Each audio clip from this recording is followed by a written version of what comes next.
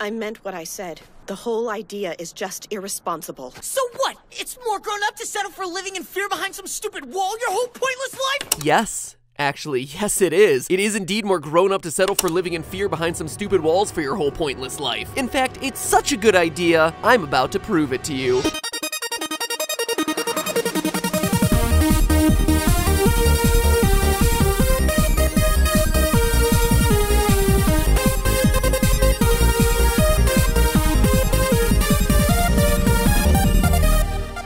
Hello, Internet! Welcome to Film Theory, an essential part of a balanced Titan breakfast. Man, that's gotta be on the list of top 10 worst ways to go. But it's horrific eaten alive deaths like that got me to include Attack on Titan as a part of my October Weenie Theory lineup. Weenie theories. Theories about Halloweeny things. Scary stuff. And don't have a crouton, all you salad finger fans. Part 2 is happening, it just needed a little bit more time to get dressed. Salad fingers, get dressed. YouTube comedy gold right there, ladies and gentlemen. Now, for those of you who are unfamiliar with Attack on Titan, it's all about a society that builds a huge wall around itself to keep out the unwanted. I will build the greatest wall that you've ever seen. Huh, looks like Trump's got some competition. Maybe this whole show depicts America's future. Hashtag theory for another day. Anyway, instead of building walls to keep out illegal immigrants, Titan's walls are meant to keep out man-eating giants. You see, about 100 years ago, under mysterious circumstances, giants called Titans suddenly appeared and started eating every single puny human in their sight, like me devouring a handful of crispy M&Ms. So crunchy. The remnants of humanity fled, retreating into a fortress protected by 3 huge walls. The outermost wall was named Wall Maria, the second, Wall Rosa, and the innermost wall, Wall Sina. The poor live between Maria and Rosa, while the rich live in the innermost wall, Wall Sina. Much like these walls, and onions, and ogres, the series itself has many layers. Where do the Titans actually come from? Why do they eat humans? And why do they always look like they're taking the worst yearbook photo ever? Now, I already know that a lot of these mysteries have been answered in the manga, but in the anime, none have yet to be revealed. And by the creator's own admission, much of the upcoming Season 2 will be a complete departure from the source material. So for this episode, I'll be focusing exclusively on the anime to answer the single greatest Attack on Titan mystery of them all. With man-eating giants roaming the outside world, what's the best way to survive? Do you go outside the walls facing certain death and try to reclaim Earth for humanity? Or do you just hunker down inside the walls, safe, but trapped like animals? Like the show says. Home was a pen. Humanity, cattle. Honestly, it's a dilemma that's on every character's mind in the series. As early as the first episode, we see the show's hero Kirito, sorry, I mean Eren, American voice actors get me all confused, fight with his mother over which option is the right choice. So what? It's more grown up to settle for living in fear behind some stupid wall your whole pointless life? Then a couple minutes later, his mother gets eaten like popcorn shrimp, putting that argument to bed pretty quickly. But it begs the question, which option is best? Are Eren and the rest of the show's heroes fools to risk their lives outside of the walls when they could just lay back inside the walls and chill? Hashtag wall and chill? Now, I already know what you're thinking. Why is he using the American voice dubbing? It sucks. What are you saying? After everything we saw that day, after what happened to my mom? And I'm so triggered about that Kirito joke. SAO is like the cancer of anime, and American voice dubbing still sucks. Okay, let's all calm down there. Come on, you're being very undude. People listen to these videos, so I gotta make sure that the important quotes are in English and not subbed, alright? And regarding the SAO hate, whether you love it or you hate it, there's one thing that we can all agree on, at least it's not Skelter Heaven.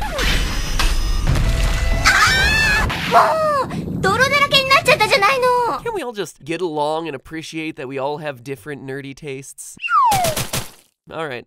Just thought I'd ask. Alright, tongue-in-cheek rebuttals against hardcore anime fans aside, back to Titan. Because I'm sure many of you might be thinking that nobody can relax inside the walls because the Colossal Titan or Armored Titan could just appear randomly and break the walls down as they do in the first 2 episodes. Except that's not quite true. Notice that these Titans only take down the segment of wall featuring the gateway in and out of that part of the city. As we learn in episode 24, the walls themselves are hardened, too strong for the Titans to tear apart for reasons I'll leave the mystery due to spoilers. Suffice it to say, only the entrance is weak enough. But if humanity closed up shop and completely walled these segments up as well, the colossal titan could huff and puff all he wanted, but he wouldn't be able to tear down that wall. Mr. Gorbachev, he is not. But of course, that would also mean that humanity would be cut off from the outside world. So the question is, would that be such a bad thing? Could humanity closed within the walls actually survive? Well, to properly answer that, we need to know just how large the remaining population within the walls is and how much land we have to work with. So at the opening of the series, Titans penetrate the wall Maria, killing 10,000 people. Those that survive the attack flee into the wall Rosa, seeking shelter. However, as we hear in episode 2, 250,000 of those survivors were sent right back out into the Titan-infested area. The narrator reveals that 250,000 people count as 20% of the surviving population. Which means that there are 1,250,000 people living between all three walls at the start of the series. Of the 250,000 people that got sent back out, only about 100 survived. So at the start of the series, the human population is about 990,100 people. Now, to live with 3 gigantic walls cut off from the rest of the world, we'll need enough space for that population to live. Lucky for us, there are a number of good looks at housing throughout Attack on Titan. Within the city areas, sure, the houses are built right next to each other with narrow roads and alleys in between, but they're pretty darn spacious. They're a far cry from your average LA hipster house or New York studio apartment, so it doesn't seem like they're hurting for a lot of space. To make sure, I wasn't able to take exact measurements, but I did the next best thing: comparison shopping. You see, the cities within Attack on Titan closely resemble the real-world city of Nordlingen, Germany, a town constructed entirely inside a meteor crater. It's cool, right? Houses are built right next to each other with narrow roads and alleyways. And seriously, just compare the anime houses to those IRL. It's uncanny how similar they are. So I looked into local available house listings in that area and found that the median house there is about 1,500 square feet. So assuming that people are arranged in families of 4, some people are sharing homes since times are hard, and that ever-present couch-surfing, rent-bumming freeloader friend that everyone has, even when you're in the middle of the apocalypse, the population of 990,100 people would need somewhere around 247,525 homes to sustain them all.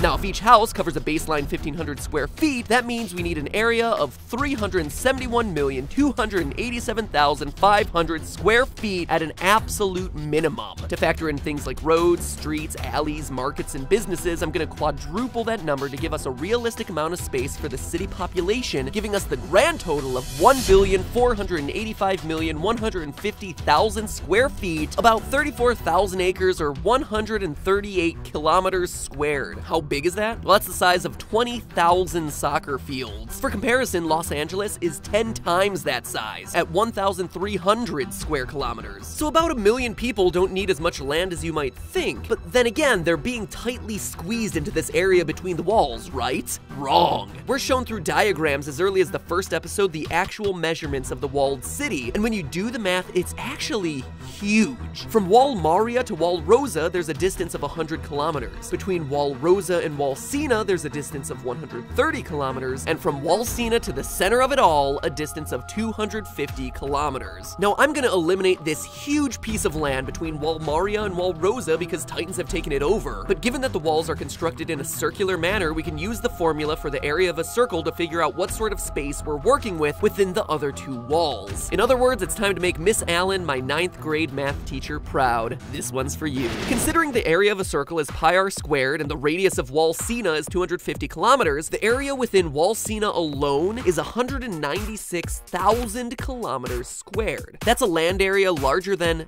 no joke, over half the countries in the world. Full countries! Adding in Wall Rosa's extra 130 kilometer radius, you get a grand total space of 454,000 square kilometers. For reference, this is roughly the equivalent area of Sweden, which, by the way, has a population of over 9 million. And we only need it for 1 million people. Based on what we watch in the show, we assume that living between the walls means making a bunch of sacrifices, but that couldn't be further from the truth. You literally have a population density of about 2 people for every square kilometer. That is less than literally any other place in the world except for Antarctica. Seriously, the Titans could be wandering their stupid little faces off for weeks without finding a single person to chomp on. And speaking of chomping, what about food? As we see throughout Attack on Titan, land isn't the problem, it's food that's constantly running short. The most basic meal military volunteers eat consists of a piece of bread, a sliver of meat, a bowl of bean soup, and, of course, potatoes. Warm, delicious potatoes that need shelter in your stomach. And what is that you're clutching in your right hand? A steamed potato! It sat there in the mess hall begging to be eaten, so I gave it shelter in my stomach, sir. Sasha, saving the world's U-list tubers one potato at a time. In fact, to promote the opening of an Attack on Titan amusement park ride, producers sent press this exact meal. And of course, growing food takes extra land. So, per the Food and Agricultural Organization,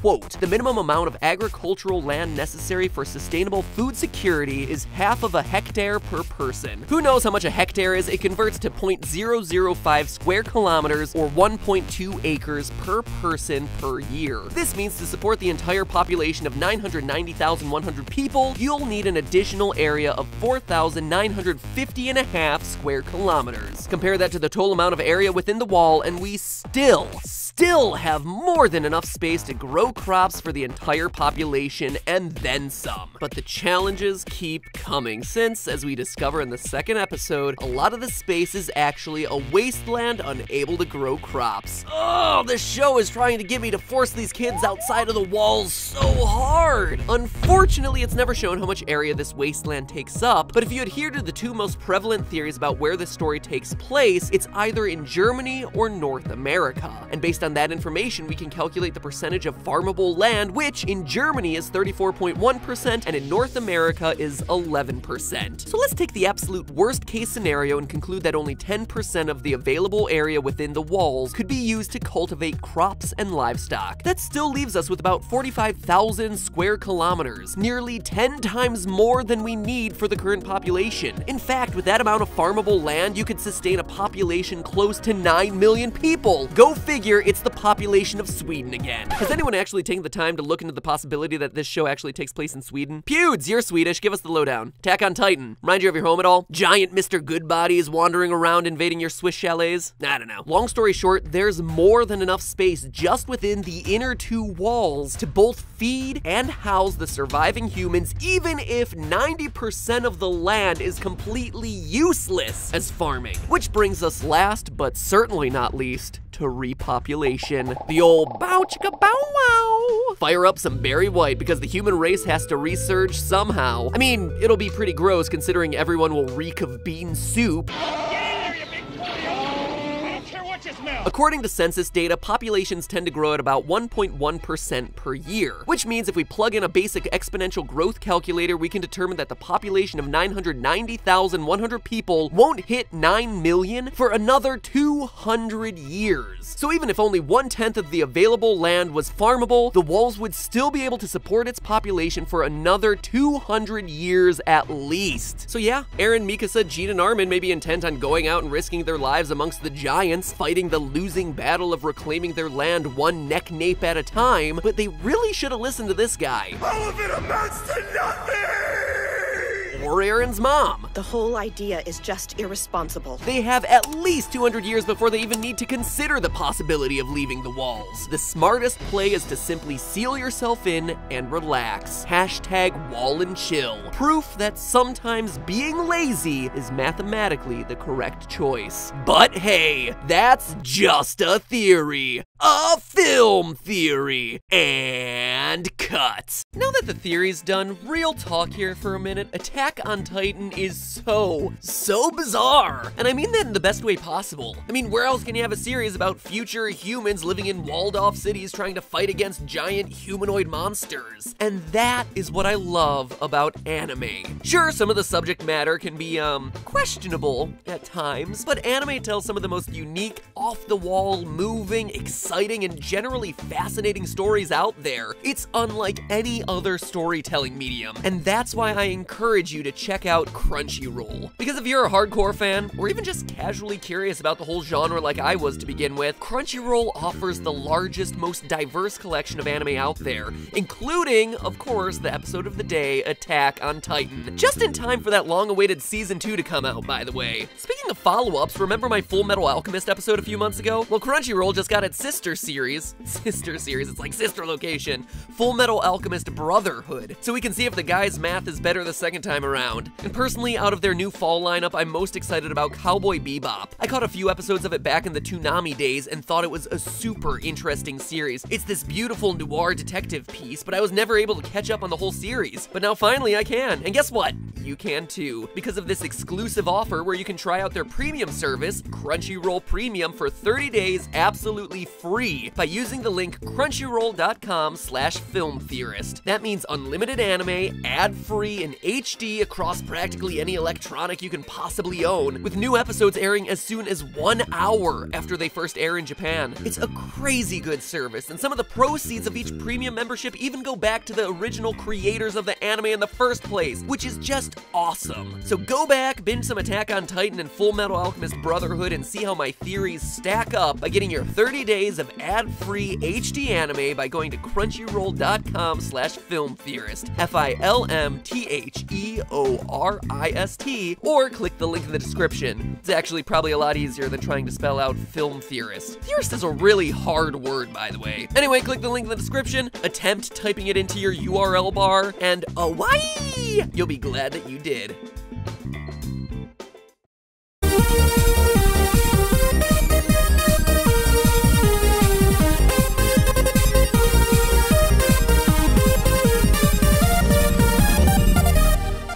Hello, Internet! Welcome to Film Theory, an essential part of a balanced Titan breakfast.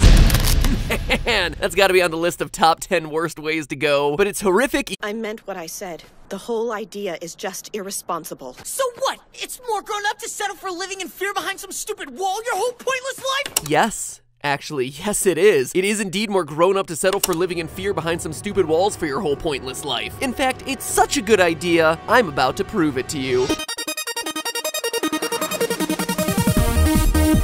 With Attack on Titan, it's all about a society that builds a huge wall around itself to keep out the unwanted. I will build the greatest wall that you've ever seen. Huh, looks like Trump's got some competition. Maybe this whole show depicts America's future. Hashtag theory for another day. Anyway, instead of building walls to keep out illegal immigrants, Titan's walls are meant to keep out man-eating giants. You see, about 100 years eaten alive deaths like that got me to include Attack on Titan as a part of my October Weenie Theory lineup. Weenie theories. Theories about Halloweeny things. Scary stuff. And don't have a crouton, all you salad finger fans. Part 2 is happening, it just needed a little bit more time to get dressed. Salad fingers, get dressed. YouTube comedy gold right there, ladies and gentlemen. Now, for those of you who are unfamiliar, years ago, under mysterious circumstances, giants called Titans suddenly appeared and started eating every single puny human in their sight, like me devouring a handful of crispy M&Ms. So crunchy. The remnants of humanity fled, retreating into a fortress protected by 3 huge walls. The outermost wall was named Wall Maria, the second, Wall Rosa, and the innermost wall, Wall